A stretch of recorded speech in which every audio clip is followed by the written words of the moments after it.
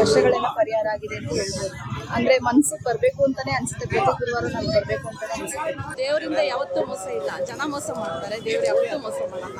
ನಿಮ್ಮ ಹತ್ರನೇ ಚೆನ್ನಾಗಿರ್ತಾರೆ, ನಿಮ್ಮ ಮುಂದೆ ಆಯ್ ಬಾಯಿ ಅಂತಾರೆ, ಹಿಂದೆ ಮೋಸ ಮಾಡ್ತಾರೆ. ದೇವ್ರು ಯಾವತ್ತೂ ಮೋಸ ಮಾಡಲ್ಲ. ಯಾವಾಗಲೂ ದೇವ್ರನ್ನ ನಂಬ್ತೇನೆ ಇದ್ದವಳು ನಾನು. ಸೊ ಬೆಂಗಳೂರಿಗೆ ಬಂದು ದೇವ್ರನ್ನ ನಂಬಿದ್ದೀನಿ ಅಂದರೆ ಸೊ ನನಗೇನು ಆಗಿದೆ ಅಂತ ಅನ್ಸುತ್ತೆ. ಯಾಕಂದರೆ ಇವಾಗ ಎಜುಕೇಷನ್ ಇರೋರು ಯಾರು ದೇವ್ರನ್ನ ನಂಬಲ್ಲ. ಸೊ ಏನು ದೇವ್ರ ಮಠಕ್ಕೆ ಹೋಗ್ತೀರಾ, ಪೂಜೆ ಮಾಡ್ತೀರಾ. ಸೊ ಎಜುಕೇಷನ್ ಇರೋರು ಜನ ಇದ್ದಾನ ಅಂತ. ಸೊ ನಾನು ಅದನ್ನೇ ಅಂದ್ಕೊಂಡಿದ್ದು.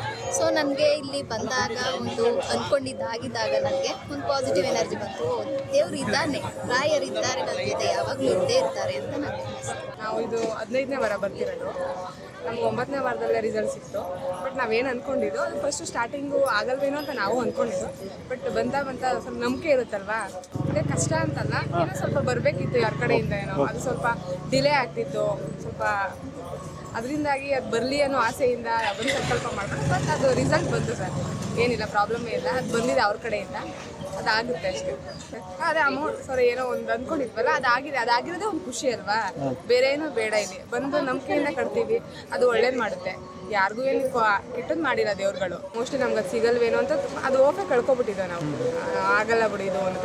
ಇಲ್ಲಿ ಬಂದು 7 ವಾರ ಗಂಟು ನಾವು ಅಂದ್ಕೊಂಡಿದ್ದೆವು ಆಗಲ್ಲ ಇದು ಅಂತಲೇ ಇದ್ದೆ. ಬಟ್ 9ನೇ ವಾರ ಬರಬೇಕಾದ್ರೆ ಬಂದಿದೆ ಮೇಲೆ ಈ ವಾರನಾರ ಏನಾರ ಸ್ವಲ್ಪ ಅದ್ರ ಬಗ್ಗೆ ಗೊತ್ತಾಗಲಿ ಅಂತ. ಅವತ್ತೇ ಕೂಡ ಅವ್ರ ಕಡೆಯಿಂದ ಒಂದು ಕಾಲ್ ಬಂತು.